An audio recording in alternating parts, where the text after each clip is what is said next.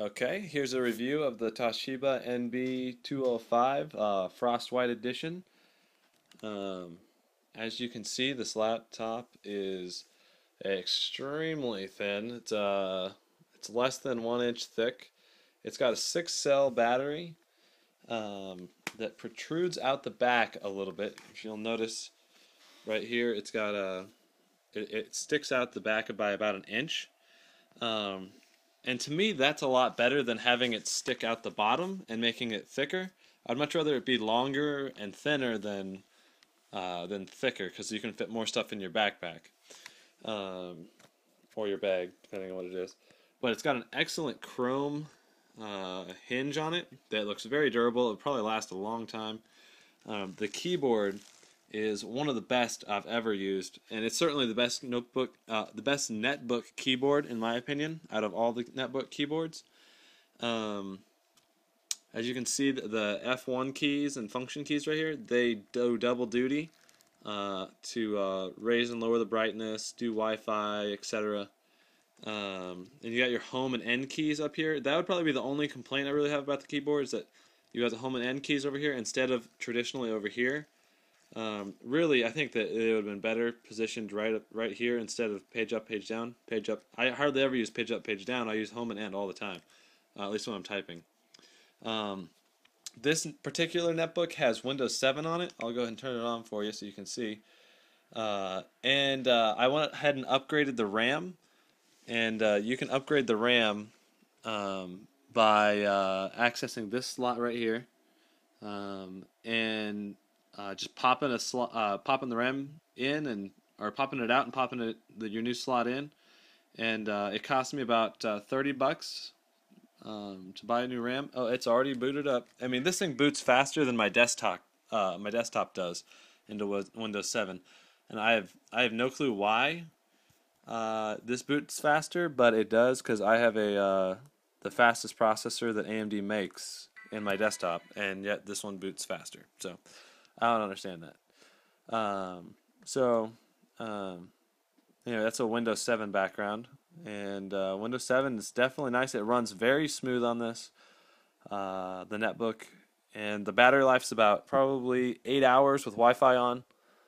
Um, and I mean, overall, this netbook is by far the best netbook in my opinion. Um, Now, obviously, I haven't used all of them, but this one, I've researched tons of them. It's better than the Asus 1008 HE, in my opinion. I had that one for a while, and I mean, it was a nice one too, but the keyboard was cramped, and this one's a full size keyboard.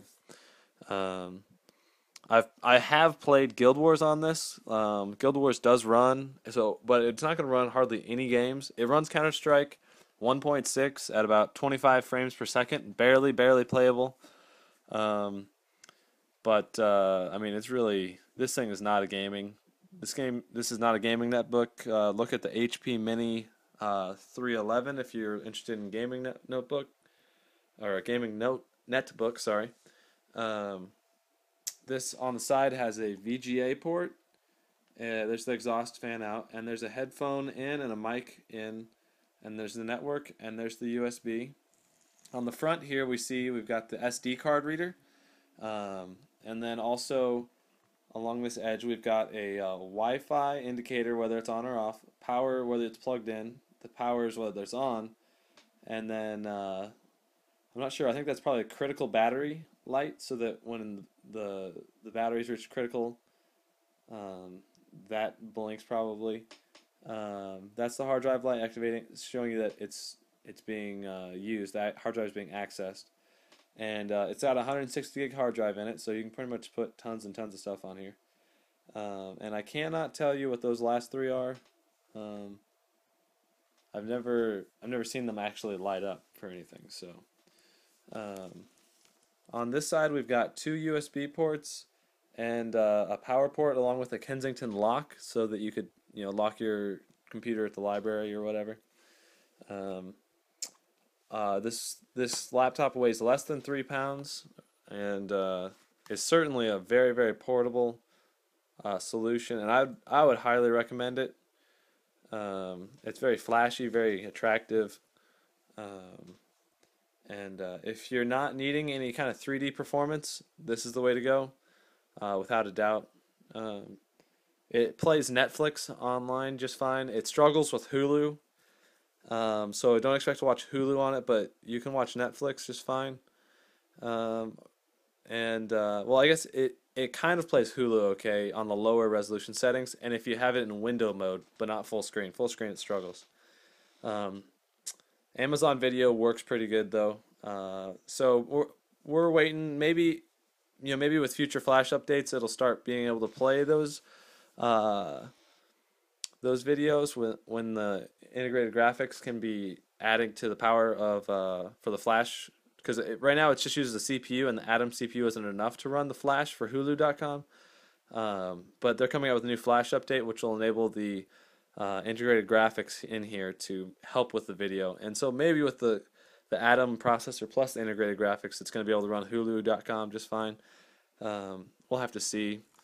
Um, but again, I give this netbook a 9 out of 10. The keyboard's clearly a 10 out of 10. The touchpad is solid. Its size is, it's a thin profile. It's very it's well built.